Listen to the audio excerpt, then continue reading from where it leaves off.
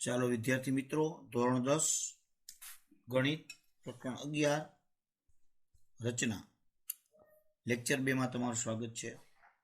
મિત્રો, આપણે સરકારશ્રીના ગાઈડલાઈન મુજબ શાળાઓ 11 તારીખે શરૂ થવાની છે. તો આપણે પણ જે રૂબરૂ શૈક્ષણિક કાર્ય શરૂ થશે તો ત્યારે આપણે પણ જે ચેપ્ટરો બાકી છે એ હવે રૂબરૂમાં ભણીશું, અને જે ચેપ્ટરો ઓનલાઈન ભણી ગયા છે તેની જે કંઈ ક્વેરી હોય, જે કંઈ પ્રશ્ન પ્રોબ્લેમ હોય એને આપણે સોલ્વ કરીશું. તો ટૂંક સમયની અંદર જ આપણે ઓફલાઈન શિક્ષણ છે એ હવે શરૂ થશે જ, 2-3 દિવસની અંદર જ. બરાબર? એટલે 11 તારીખે શાળા ચાલુ થાય એટલે સાથે જ અથવા એકાદ દિવસ બાદ શાળાઓ છે એમાં જે તે શાળામાં શૈક્ષણિક કાર્ય 11 તારીખે ચાલુ થઈ જ જશે. મિત્રો, આપણે લેક્ચર 1ની અંદર વાત કરીએ તો રચનાની અંદર આપણે રેખાખંડના વિભાજનની વાત કરી હતી. હજી એમાં ચોપડીમાં નથી એવી એકાદી રચના આપણે લેવાની છે, પણ એ વર્તુળમાં એવી રીતે લેવાનું થાય એટલે સાથે. વર્તુળની અંદર આપણે હવે વર્તુળની રચનાઓ છે 5 રચના. સ્વાધ્યાય 11.2ની પેલી 5 રચનાઓ છે આપણા અભ્યાસક્રમમાં છે. તો એ 5 રચનાઓ છે એમાંની જો મેં પહેલી રચના એક લખી છે, ઉદાહરણની અંદર પણ તમને આપ્યો છે રચના 11.3. બધી આમ જુઓ તો 5 રચના એક સરખા પ્રકારની છે, 1 થી 4. તો જે મેં લખ્યું છે, વર્તુળના બહારના બિંદુમાંથી વર્તુળને સ્પર્શક રચવા. તો આપણે વર્તુળના ચેપ્ટરમાં શીખી ગયા. વર્તુળ હોય, બરાબર, આ તમને વર્તુળ આપેલું છે મિત્રો. અહીંયા બહારનું બિંદુ હોય, તો આ બહારના બિંદુમાંથી આપણે જાણીએ છીએ કે વર્તુળને 2 સ્પર્શક રચી શકાય. બરાબર? તો આ સ્પર્શકની આપણે રચના કરવાની છે. તો આમ જુઓ તો સૈદ્ધાંતિક દ્રષ્ટિએ જુઓ તો અહીં કેન્દ્ર હોય કોઈ પણ, આને જોડી દો. તો અહીંયા તમે આમ લ્યો ત્રિજ્યા, તો કાટખૂણો બનાવે. તો આ કાટખૂણો થયો તો કોઈ પણ કાટખૂણો છે એ અર્ધવર્તુળ અંતર્ગત ખૂણો હોય. તો જો તમે અહીંયા અર્ધવર્તુળ દોરો તો એના અંતર્ગત ખૂણો કાટખૂણો થયો. તો અર્ધવર્તુળ દોરવા માટે વ્યાસ જોઈએ, તો આ વ્યાસ તૈયાર જ છે. પછી એ વ્યાસનું મધ્યબિંદુ જોઈએ, તો આપણે લંબ દ્વિભાજકની રચના કરીને એનું મધ્યબિંદુ મેળવી લેશું. પછી આને કેન્દ્ર બનાવીને આમ ચાપ મારીએ અને જ્યાં છેદે એ સ્પર્શ બિંદુ ગણીને દોરી શકીએ. તો શું ફરીથી જુઓ, આ વર્તુળ છે, આ એનું કેન્દ્ર છે અને આ બહારનું બિંદુ છે. તો પહેલા આપણે વ્યાસ દોર નાખશું, સાંભળજો બરાબર. પછી એનું મધ્યબિંદુ દોરવા માટે લંબ દ્વિભાજકની રચના કરીને મધ્યબિંદુ મેળવી લેશું.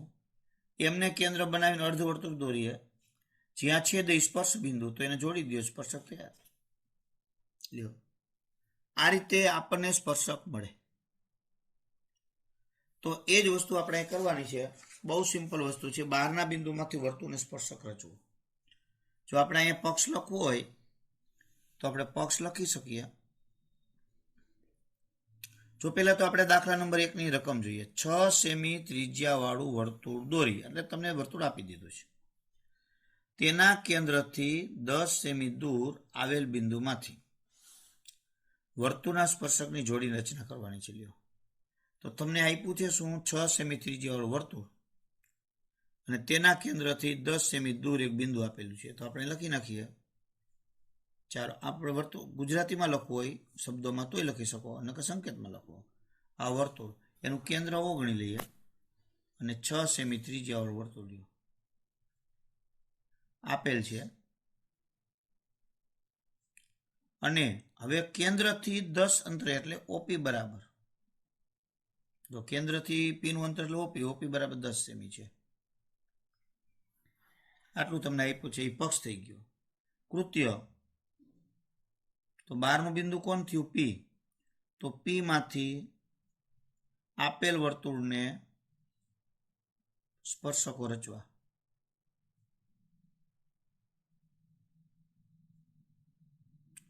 આપણી જાતે જ પક્ષ અને કૃત્ય છે એ રકમ ઉપરથી આપણે લખી નાખવાના હોય. જે વસ્તુ આપેલી છે એ બધી પક્ષમાં, જે કામ કરવાનું છે એ કૃત્યમાં. તો ચાલો, આપણને આપ્યું છે શું? વર્તુળ અને તેનું બહારનું બિંદુ. તો પહેલા જ આપણે વર્તુળ દોરવાનું છે. વર્તુળ દોરવા માટે આપણને ત્રિજ્યા આપી હોય તો આપણે ફરજિયાત અચૂક લેવી પડે. તો અહીંયા આપણને 6 સેમી ત્રિજ્યાવાળું વર્તુળ છે. તો પહેલા તો આપણે 6 સેમી ત્રિજ્યા છે એ પરિકરની અંદર માપવાની છે. જો આ પરિકર છે, આ ફૂટપટ્ટી 0 એ તમારે જો અહીંયા પોઈન્ટર રાખવાનું, અથવા ગમે તે તમને જે રીતે ફાવતું એ રીતે. અને 6 સેમી ત્રિજ્યા આ પોઈન્ટર અને પેન્સિલ વચ્ચે આ થઈ જવી જોઈએ. ખૂબ જ કાળજી રાખી જો એક્ઝેક્ટ 6 સેમી જ લેવાની. અહીંયા જોવાનું, ગમે તે રીતે તમે માપી શકો, તમારી જે રીતે ફાવટ એ રીતે જો અહીંયા 6 સેમી થવી જોઈએ. એટલે પરિકર અને પેન્સિલ એની વચ્ચે 6 સેમી થવી જોઈએ. હવે વારે વારે આપણે પરિકર ઉપડી જતું હોય ઘણી વાર, તો એના માટે હવે જમણી બાજુ આપણે મોટા ભાગે રચના કરશું. એટલે વર્તુળ છે એ ડાબી બાજુની સાઈડમાં થોડુંક રાખવાનું, હવે વચ્ચોવચ્ચ નહીં રાખવાનું, નકર રચના કરવા માંડે. ઉપર બહુ જગ્યાની જરૂર નથી, નીચે બહુ જગ્યાની જરૂર નથી, થોડીક રાખવાની. એટલે આટલે એનું કેન્દ્ર આપણે રાખી દઈએ. સેજ ટપકું કરી નાખવાનું, એટલે જેથી બહુ મોટું નહીં, જેથી કરી અને આપણને શું છે, પરિકર ઉપડી જાય તો બીજી વખત ત્યાં મૂકી શકીએ. જો બહુ સિમ્પલ રીતે જો આ રીતે વર્તુળ દોરવાનું, સ્મૂધ હાથથી. જો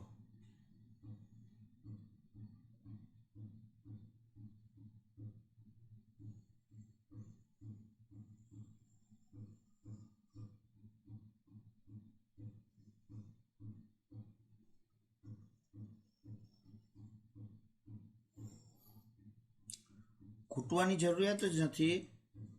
જો વર્તુળ મોટું થયું, ઘણીવાર આપણે એમ થાય કે આપણી જગ્યા ઓછી રાખીએ તો ઉપર જતું રહેતું હોય, તો એ ભૂસી નાખવાનું વ્યવસ્થિત અને પાછું ફરીથી લેવું. આટલામાં વાંધો નહીં, અહીં પહોંચાઈ જાય.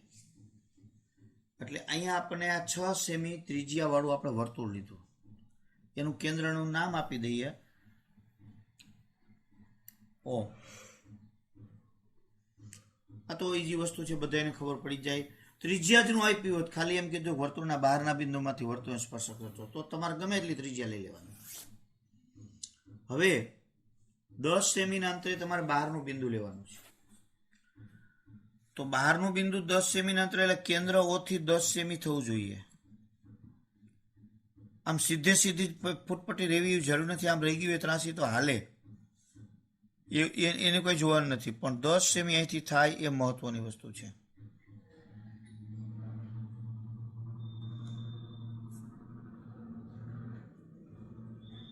અહીંયા અને અહીંયા 10 સેમી આટલે થઈ જાય.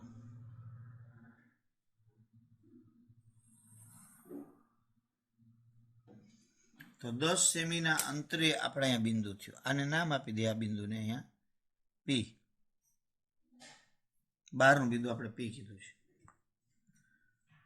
તો આટલું આપણને આપી દીધું છે એકચ્યુઅલી. હવે આપણે આ બહારના બિંદુ પી માંથી 2 સ્પર્શક રચવા છે. તો યાદ રાખો, વર્તુળનું કેન્દ્ર અને બહારના બિંદુને જોડતો રેખાખંડ આ ફરજિયાત છે, કારણ કે એની આપણે જરૂરિયાત છે. હવે મારે આ રેખાખંડનું મધ્ય બિંદુ મેળવવું છે, સેન્ટર પોઈન્ટ, મધ્ય બિંદુ. તો આપણે 9મા ધોરણની અંદર રચના શરૂઆતમાં શીખી ગયા રેખાખંડનો લંબ દ્વિભાજક રચવો. તો જે રેખાખંડનો લંબ દ્વિભાજક રચવો હોય મિત્રો, એ રેખાખંડના અંત્ય બિંદુને કેન્દ્ર બનાવી ઉપર નીચે ચાપ મારવાની. યાદ આવતું હોય તો હવે એ જ ત્રિજ્યાની પીને કેન્દ્ર બનાવી ઉપર નીચે ચાપ મારવી. આપણે અહીંયા પીઓ કરતા અડધા માપની ત્રિજ્યા, અડધાથી ઉપર માપની ત્રિજ્યા લેવાની. ગમે એટલે લઈ શકો, અહીંયા માપવા બેસવાની જરૂરિયાત નથી. માનો કે મેં ભૂસી નાખી જો ત્રિજ્યા, તો આપણને એમ થાય કે ના ના આટલી તો બરાબર છે, અડધા ઉપર થઈ જ ગઈ તો હાલે, ચાપ મારી દેવાની.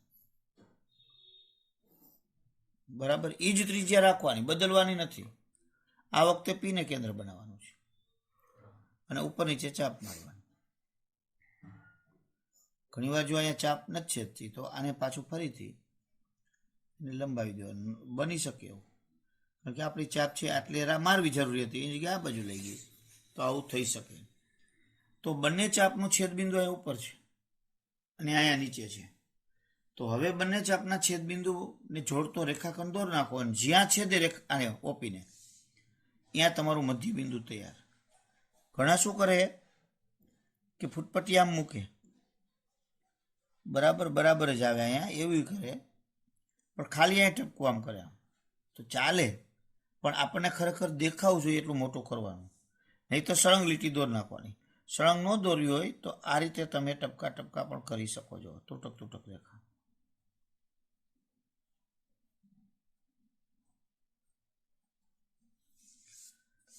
તો શું છે કે આમ દેખાય કે હા અહીંયા જ્યાં બિંદુ એ છેદે છે એ આપણું મધ્ય બિંદુ થયું, એને આપણે નામ આપી દઈએ એમ.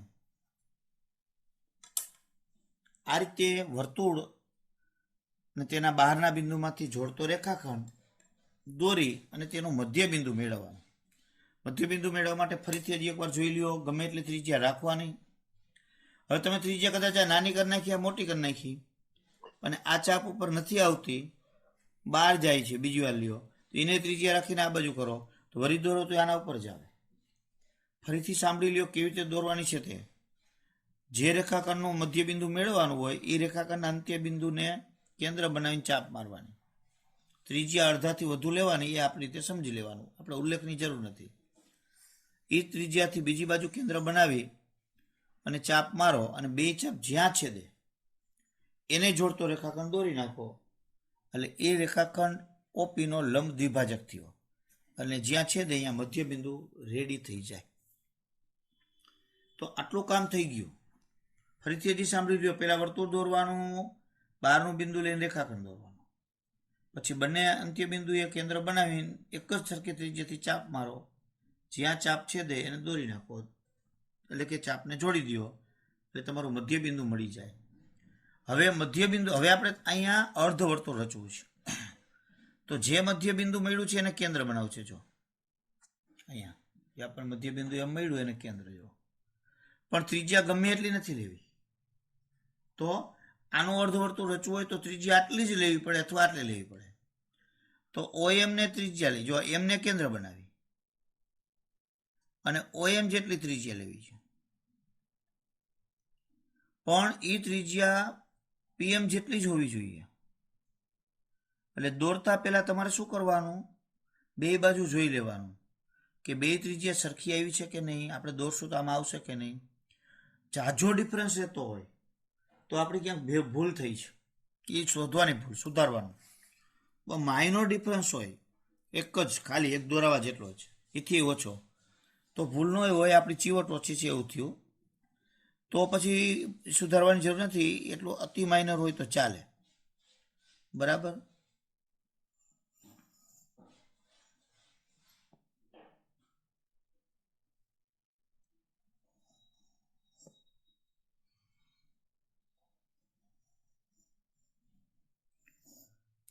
આખું વર્તુળ જ દોરી નાખવાનું, બરાબર. ઘણા લોકો શું કરતા હોય છે, આખું વર્તુળ ન દોરે, અહીંયા એક ચાપ મારે આટલી અને અહીંયા ચાપ મારે, બે ચાપ મારે દોરી નાખે.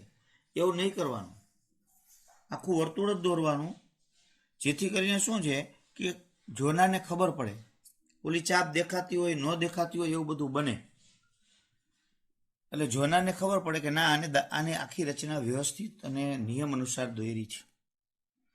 હવે આ અર્ધવર્તુળ છે, એના ઉપર કોઈ પણ ખૂણો લ્યો તો કાટખૂણા જ બને, પણ મારે તો શું છે, સ્પર્શ બિંદુ એ ત્રિજ્યા કાટખૂણો થયેલો હોય છે. તો સ્પર્શ બિંદુનું સ્પર્શ બિંદુ ક્યાં હોય, આ વર્તુળ પર. તો આ વર્તુળ પર આ જે બીજું નાનું વર્તુળ આપણે દોર્યું છે, એ જ્યાં છેદે અહીંયા આપણું સ્પર્શ બિંદુ તૈયાર થયું કહેવાય. તો એને આપણે કોઈ પણ નામ આપી દઈએ, આમાં A અને B જે નો આવ્યા હોય એવા નામ. કોઈ એમ કે નામ મારે તો સાહેબ બીજા નામ આપવા હતા, X હોય તોય ચાલે. હવે આ A બિંદુને અને અહીંયા P બિંદુને હું જોડી દઉં.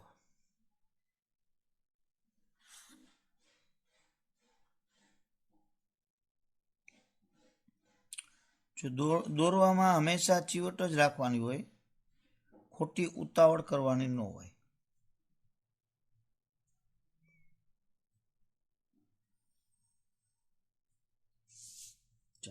એવી જ રીતે અહીંયા દોરીએ આપણે.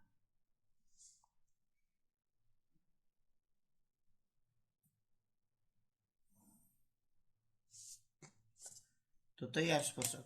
કોઈ એમ કે આમ 12 કિરણ જવા દે તો ચાલે, તમારી મરજી. કોઈ એમ કે આખી રેખા આમ દોરી તો સાહેબ, આમ રેખા સ્પર્શકની, આખી સ્પર્શકની આમ રેખા દોરી તો હાલે. પણ અહીંયા તમારી રચના પૂરી થઈ ગઈ. તો સ્પર્શકો કોણ થયા? એક એપી ને બીજો પીબી. સ્પર્શકની લંબાઈ કહે તો બહારના બિંદુથી સ્પર્શ બિંદુ સુધીનું અંતર માપવાનું, જે આવી જો. તો અહીંયા આપણને સ્પર્શકની લંબાઈ માપવાનું પણ કીધું છે, પણ એ આપણે તો જવાબ પછી લખવાનું છે. પહેલા તો આપણે એના મુદ્દા લખી નાખીએ. જે કામ કર્યું છે એના મુદ્દા, કે આપણે શું શું કામ આની અંદર કર્યું, કેના પછી કેવું દોરતા ગયા. કારણ કે મુદ્દા એવી રીતે હંમેશા લખવાનો હોય કે મુદ્દા વાંચી નહીં. જેને રચના કોઈ દી શીખા ન હોય તો મુદ્દા વાંચીને રચના દોરતા આવડવી જોઈએ, તો એ મુદ્દા સાચા તમારા ગણાય. એટલે સ્પષ્ટ અને વ્યવસ્થિત મુદ્દા હોવા એ જરૂરી છે. તો ચાલો આપણે અહીંયા મુદ્દાઓ લખીએ. ચાલો પહેલા શું કામ કર્યું આપણે જે મુદ્દા લખીએ એમાં પહેલું કામ શું કર્યું? પહેલા આપણે વર્તુળ દોર્યું. ચોપડીમાં એમાં જે વર્તુળ દોરે આપેલું છે એનો ઉલ્લેખ કરેલો નથી, પણ આપણે કરવાનો. તો આપણે આ વર્તુળ દોર્યું, એ વર્તુળનું કેન્દ્ર કયું લીધું? જો સંકેતમાં જ લખવાનું, એટલે ટૂંકું લખાય. જો ઓ કેન્દ્રિત, આ ઓ કેન્દ્ર, અને ત્રિજ્યા કેટલી? 6 સેમી. આ રચતા, એટલે પહેલા તો આપણે ઓ કેન્દ્રિત 6 સેમી ત્રિજ્યા વર્તુળ રચ્યું કહેવાય. પછી રચતા તેમજ ઓપી બરાબર 10 સેમી થાય તેવો રેખાખંડ ઓપી રચતા.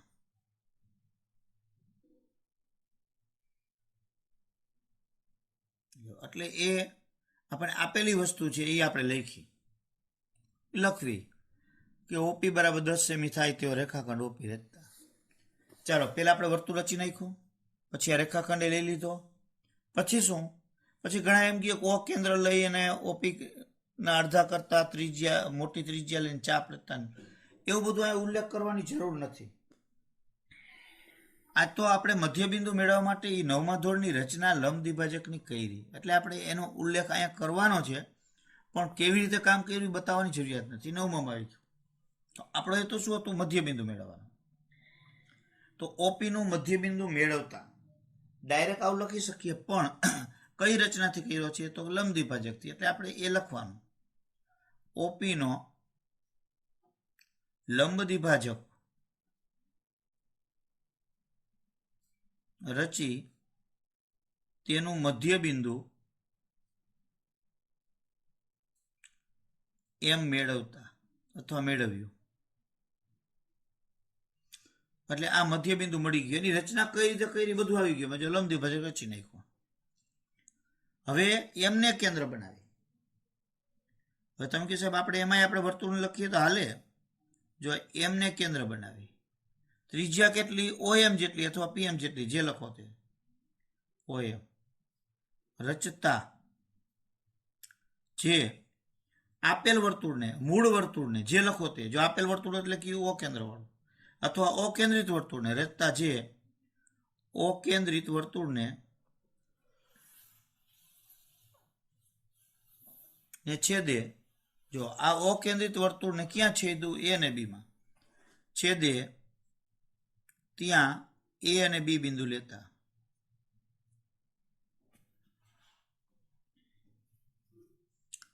ચાલો, તો આ એમને કેન્દ્ર બનાવીને ઓએમ ત્રિજ્યાનું વર્તુળ રચ્યું, જે અકેન્દ્રિત વર્તુળને છેદે ત્યાં એ બી બિંદુ લેતા. પછી શું કર્યું? એપી ને જોયું આપણે. એપી અને પીબી ને જોડતા અથવા રચતા અથવા દોરતા, જે લોકો તે. તો આટલું કામ કર્યું. તો અહીંયા આપણે જે માગ્યા મુજબના 2 સ્પર્શકો તૈયાર થઈ ગયા. એટલે આપણે જવાબ લખીએ. આમ એપી અને પીબી એ વર્તુળના બહારના બિંદુના સ્પર્શકો છે.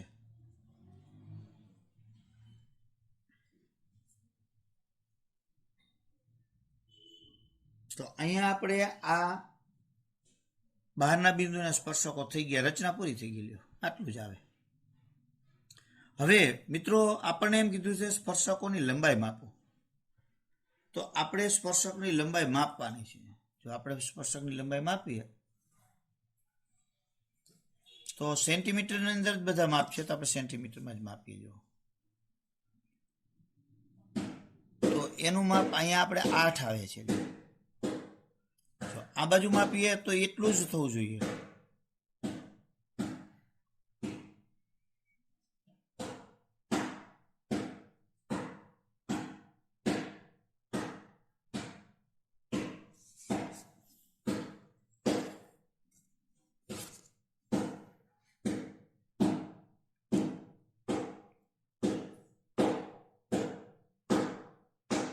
જો 8 જેવું છે, 8 જ છે.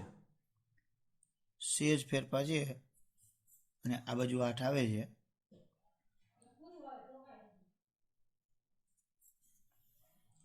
બરાબર. તો આ રીતે આપણને એ 8, હવે કેટલીક વખત એવું થશે એટલા બધા આપણે પરફેક્ટ ન હોય, ઘણા વખત આપણે સાધનો બરાબર ન હોય અને સેજ તો ફેરફાર રહે. તો આપણે રિયલ એનું માપ આવતું શોધવું હોય તો એના માટે જો ગણતરી તમારે કરવાની હોય, ગણતરી કરીને દર્શાવો એવું પણ તમારી રચના નંબર 2 માં બતાવ્યું છે. બરાબર. તો શું કરવાનું, જો આ માપ છે એ ત્રિજ્યા છે. જો તમે અહીંયા આ તમે દોરી શકાય, આ કાટખૂણો જ થાય, અર્ધવર્તુળનો અંતર્ગત ખૂણો. આ બાજુ પણ એમ જ થાય, બે સરખું જ થાય. તો આવા દાખલાઓ આપણે વર્તુળના બહારના બિંદુમાંથી ઘણા બધા આપણે ગણી નાખ્યા છે. બરાબર. તો આનું માપ 6 સેમી, આ 10. તો અહીંયા પાયથાગોરસનું સૂત્ર મૂકો OPB માં, અને પાયથાગોરસના સૂત્ર પરથી તમે આખો દાખલો છે એ ગણી નાખો તો તમને પીબીનું માપ મળી જાય. પીબીનું જે માપ મળે એ તમારો અહીંયા જવાબ થઈ જાય. એટલે અહીંયા આપણે 8 આવે છે એટલે આપણે લઈએ. બરાબર. સ્પર્શકો છે જેની લંબાઈ 8 સેમી છે. હવે યથાર્થતા ચકાસવાની કીએ તો યથાર્થતાની અંદર બહુ તમારે એટલો બધો ઉલ્લેખ કરવાની જરૂર નથી, કારણ કે ટૂંકું જ લખવાનું છે એની અંદર શું થાય છે તે. જો કે પૂછે જ નહીં પરીક્ષામાં, આ તો કોઈ સ્કૂલવાળાને ક્યાંક કીધું કે ફરજિયાત તમે આવશે તો યથાર્થતા તમે ચકાસી શકો. તો આપણે અહીંયા ત્રિજ્યા દોરી કઈ, OA અને OB. તો અહીંયા આપણે ત્રિજ્યા દોરી તો કે ત્રિજ્યા OA અને OB, જો આ બે ત્રિજ્યાઓ રચવાની, જો અહીંયા સ્પર્શ બિંદુ. બરાબર. આ દોરતા કે રચતા દોરો. હવે આ ત્રિજ્યાઓ છે દોરવાથી ખૂણો બન્યો OAP અને OBP, એ અર્ધવર્તુળના અંતર્ગત ખૂણા થયા. જો અહીંયા તમે આમ ગણો તો આટલું અર્ધવર્તુળ થઈ ગયું. જો આ વર્તુળ આપણે દોર્યું છે એ અર્ધવર્તુળ, એના અંતર્ગત ખૂણા. તો ખૂણો OAP અને OBP અર્ધવર્તુળના અંતર્ગત ખૂણા છે, અર્ધવર્તુળમાંના ખૂણા છે અથવા અંતર્ગત ખૂણા છે. જો અર્ધવર્તુળના અંતર્ગત ખૂણા હોય તો એ 90 ના થાય. એટલે ખૂણો OAP બરાબર ખૂણો OBP બરાબર 90. જો 90 ના ખૂણા હોય તો OA છે EAP ને લંબ, તો તેથી OA એટલે આ OA ત્રિજ્યા આને લંબ થયો કેને AP ને, અને OB પણ કેને લંબ થાય PB ને. તો આ વર્તુળ પરનું બિંદુ એ, અને આ ત્રિજ્યા, તો ત્રિજ્યાને વર્તુળ પરના બિંદુમાંથી કોઈ પણ લંબ દોરો તો એ સ્પર્શક જ હોય. એ આપણે વર્તુળના પ્રમેય છે એનો પ્રતિપ્રમેય થયો કે સ્પર્શ બિંદુએ દોરેલ ત્રિજ્યા સ્પર્શકને લંબ હોય તો ત્રિજ્યાના અંત્ય બિંદુએ વર્તુળ પરના બિંદુમાંથી તમે કોઈ પણ રેખા લંબ રેખા દોરો તો એ સ્પર્શક જ હોય. તો તેથી આપણે ડાયરેક્ટ લખી શકીએ. તો તેથી જે એપી અને પીબી સ્પર્શક થાય. આ રીતે યથાર્થતા તો તમને ખ્યાલ આવે કે આ રીતે આને યથાર્થતા કહેવાય. એટલે આ રીતે આપણે એને લઈ શકીએ. હવે આપણે વર્તુળના બહારના બિંદુમાંથી વર્તુળને સ્પર્શક રચવો એની રચના આપણને અચૂક આવડવી જોઈએ, કારણ કે આ એક જ રચના ઉપર આધારિત બીજી 3 રચના છે.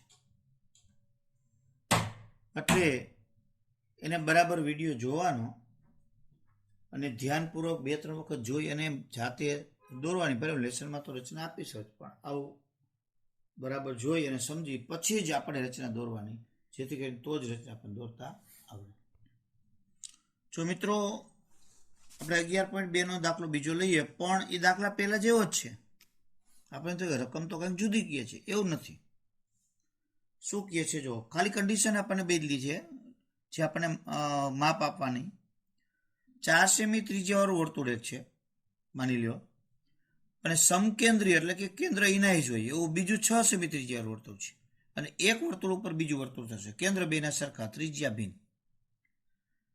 તો આ 6 સેમી ત્રિજ્યાવાળા વર્તુળ પરના બિંદુમાંથી એટલે મોટા વર્તુળ પરના બિંદુમાંથી પ્રથમ વર્તુળના એટલે નાનું વર્તુળ થઈ જાય એના સ્પર્શકો રચવા. પછી તો તેની લંબાઈ માપો અને વાસ્તવિક ગણતરી કરવાની, એ વસ્તુ આખી આવી ગઈ. તો આપણને આપ્યું છે શું? 4 સેમી ત્રિજ્યાવાળું એક અકેન્દ્રિત વર્તુળ અને 6 સેમી ત્રિજ્યાવાળું એક બીજું અકેન્દ્રિત વર્તુળ, બંને સમકેન્દ્રીય વર્તુળો છે, એ આપેલા છે. તો ચાલો પહેલા આપણે એ દોરી નાખીએ. જો 4 સેમી ત્રિજ્યાવાળું અને 6 સેમી ત્રિજ્યાવાળું. તો પહેલા તો આપણે ત્રિજ્યા એની માપવી પડે. 4 સેમી ત્રિજ્યા લેવી હોય તો 4 સેમી ત્રિજ્યા આપણે માપી લઈએ.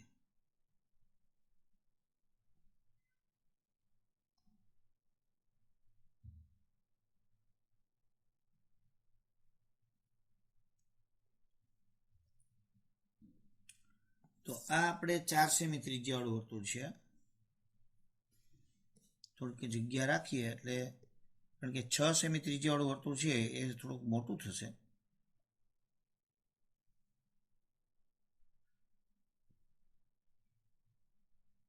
હજી પણ સેજ રાખીએ.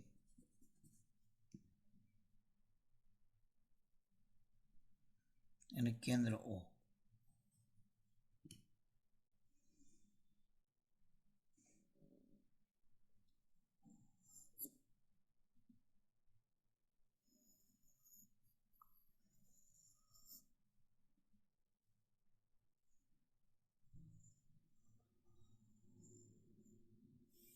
ચાલો આ 4 સેમી ત્રિજ્યાવાળું વર્તુળ છે. ત્યાર પછી 6 સેમી ત્રિજ્યાવાળું વર્તુળ. તો વળી પાછી એની ત્રિજ્યા 6 આપણે માપવી પડે.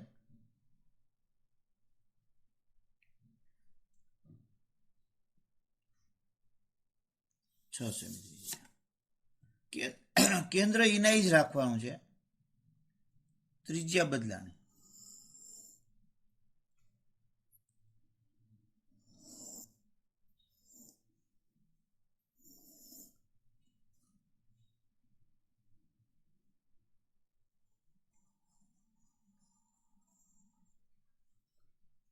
તો આ 2 વર્તુળ તૈયાર થઈ ગયા.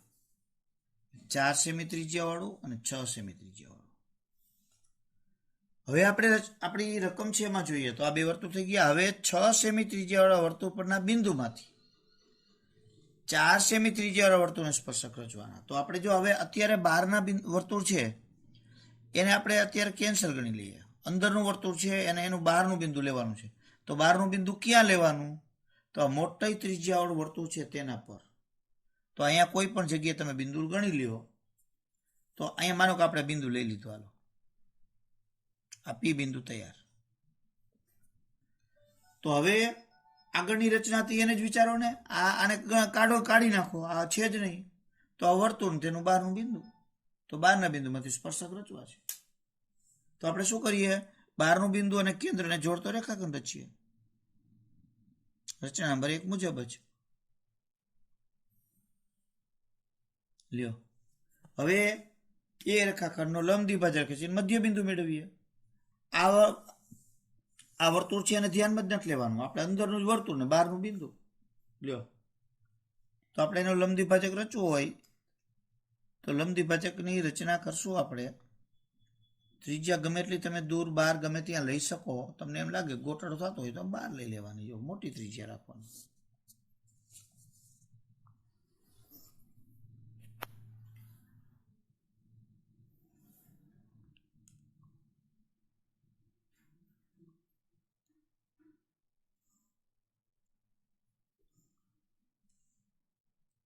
ચાપ ન છેદતી હોય તો એ પ્રમાણે ચાપને મોટી કરી નાખવાની. જો હવે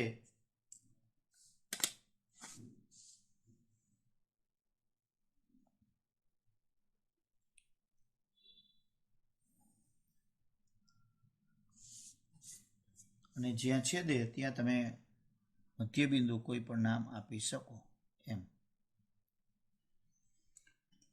તો ચાલો આ રેખાખંડનો લંબ દ્વિભાજક રચી તેનું મધ્ય બિંદુ મળી ગયું. હવે આપણે જાણીએ છીએ કે એમને કેન્દ્ર બનાવવાનું હોય અને OM જેટલી ત્રિજ્યા લેવાની અને વર્તુળ રચવાનું. બે બાજુ જોઈ લેવાનું આમાં આવે છે કે નહીં. બરાબર.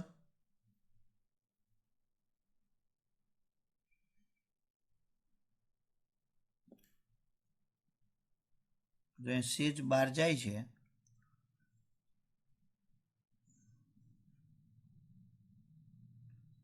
તો દોરવામાં સેજ આપણે ક્યાંક ખરાબી રહી ગઈ હોય તો જ આ શક્ય બને. જો અહીંયા આટલે બિંદુ આવે એટલે આટલો ડિફરન્સ રહી જાય જો દોરવામાં, એ ન રહેવો જોઈએ એકચ્યુઅલી તો. એટલે આવું થતું હોય પણ તમારે એટલું રહી જતું હોય તો બીજી વખત શક્યને દોરવું નહીં. સાંભળી લેજો, અત્યારે હું દોરતો એનો રસ્તો પણ હું તમને બતાવી દઉં.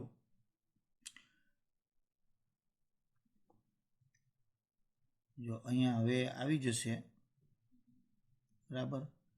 નહીતર પછી આટલે આપણે અહીંયા આટલે આવે અને આમાં આટલે આવે એ રીતે બરાબર ગોઠવી અને દોરી નાખવાનું. આવું અહીંયા P પર જ જોઈએ, બહાર ન જવું જોઈએ. એ ફાઇનલ વસ્તુ છે,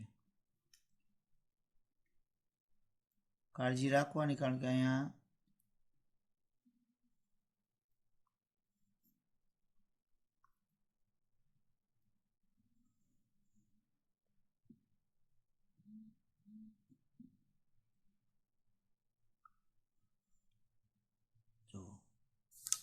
વ્યવસ્થિત દોરાઈ જવું જોઈએ. અહીંયા P પર જ આવવું જોઈએ ને O પર જ આવવું જોઈએ. પણ નહીતર સેટિંગ સેટ પરિક્રમા આગું પાછું કરી અને દોરી શકાય. તો હવે બહારના બિંદુ P માંથી આપણે બે સ્પર્શકો દોરી શકશું.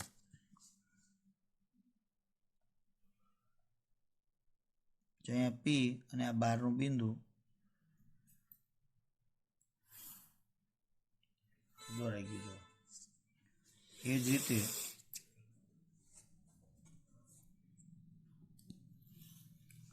ઉપરના પાનાને ફેરવી અને આપણને જે રીતે અનુકૂળ આવે એ રીતે રાખી અને દોરી શકાય.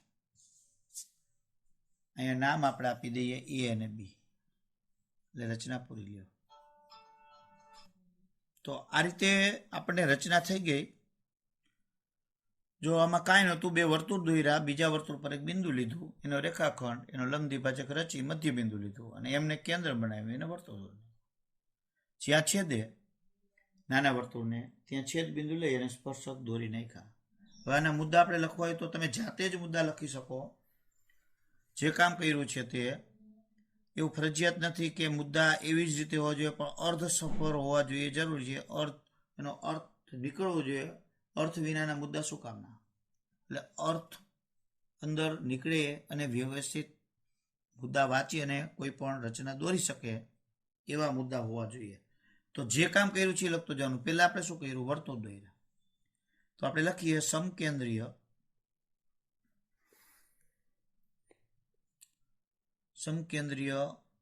O કેન્દ્રિત 4 સેમી ત્રિજ્યા અને O કેન્દ્રિત 6 સેમી ત્રિજ્યા આ વર્તુળો રચતા, એટલે એમાં બધું આવી ગયું.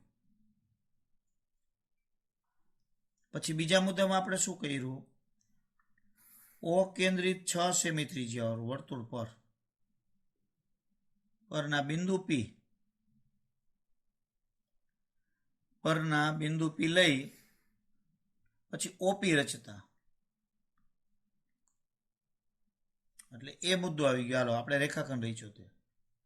પછી ઓપી નું મધ્ય બિંદુ તો કઈ રચનાથી? લંબ દ્વિભાજકથી. તો ઓપી નો લંબ દ્વિભાજક રચી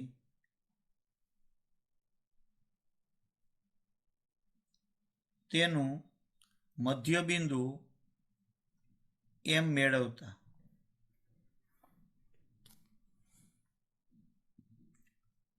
ચાલો, એટલે આપણો મુદ્દો મધ્ય બિંદુને પૂરો થઈ ગયો. હવે આપણે એમને કેન્દ્ર બનાવ્યું અને OM ત્રિજ્યા લઈ આ રચતા. હવે આ એમને કેન્દ્ર બનાવીને OM ત્રિજ્યા લઈને વર્તુળ રચ્યું. એ નાના વર્તુળને છેદે છે, એટલે આપણે કહીએ કે જે નાનું એટલે 4 સેમી ત્રિજ્યા વાળું, અથવા તો આખું વર્તુળ જ લખી નાખો, જે ઓ કેન્દ્રિત 4 સેમી ત્રિજ્યા વર્તુળને છેદે ત્યાં એ અને બી બિંદુ લેતા.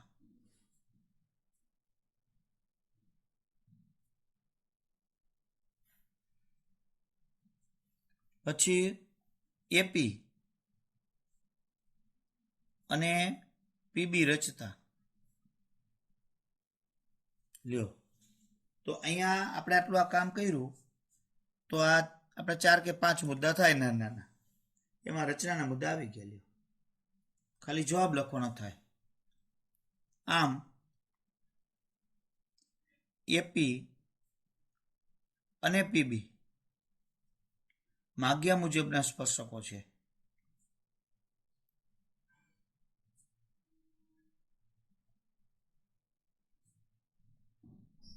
તો અહીંયા તમારો આ રચના છે એ દોરવાની પૂરી થઈ ગઈ. હવે સ્પર્શકની લંબાઈ આપણે માપવી છે, તો ફૂટપટ્ટીનો ઉપયોગ કરી અને સ્પર્શકની લંબાઈ આપણે માપવાની. અહીંયા આપણે બે કીધું છે, વાસ્તવિક ગણતરી કરો અને સ્પર્શકની લંબાઈ માપો. લગભગ 4.5 જેવી અહીંયા થાય છે, પણ હવે એની ગણતરી કરી અને પછી જ લખવાની. ગણતરી કર્યા વિના લખવી નહીં, કારણ કે માપનમાં ઘણી વખત આપણને ભૂલ પણ થાય. તો કઈ રીતે ગણતરી થશે?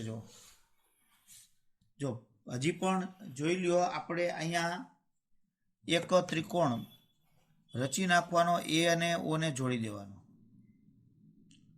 કારણ કે એનું માપ 4 સેમી છે. આ 4 સેમી એ માપ પર તમે લખી શકો. આ જે માપ છે એ ખબર નથી. હા, એ મોટી ત્રિજ્યા ખબર છે 6 સેમી. એવી રીતે આ બાજુ પણ થાય. આપણે એક જ બાજુ ગણતરી કરવાની હોય, કારણ કે બે સમાન જ થાય. દોરો ભલે બંને બાજુ, બરાબર. અને બંને બાજુ ન દોરો તો પણ વાંધો નહીં, એક જ બાજુ દોરો તો ચાલે. તો આવી પાયથાગોરસથી આપણે એને ખરેખર આમાં તો ગણતરી કરીને બતાવવાની કીધી છે, બરાબર. તો આપણે અહીંયા જ બાકી ગણતરી કરીને પછી અહીં જવાબ લખશું તો ચાલશે. એટલે પહેલા આપણે ખાલી લખી નાખી, બરાબર. દરેક સ્પર્શકની લંબાઈ આપણે અહીંયા ખાલી જગ્યા સેમી છે એ પૂરશું. પછી હવે એની કાયદેસર ગણતરી આપણે કરીએ. જો તો કયો ત્રિકોણ થયો? ગમે એ ત્રિકોણ લઈ લઈએ.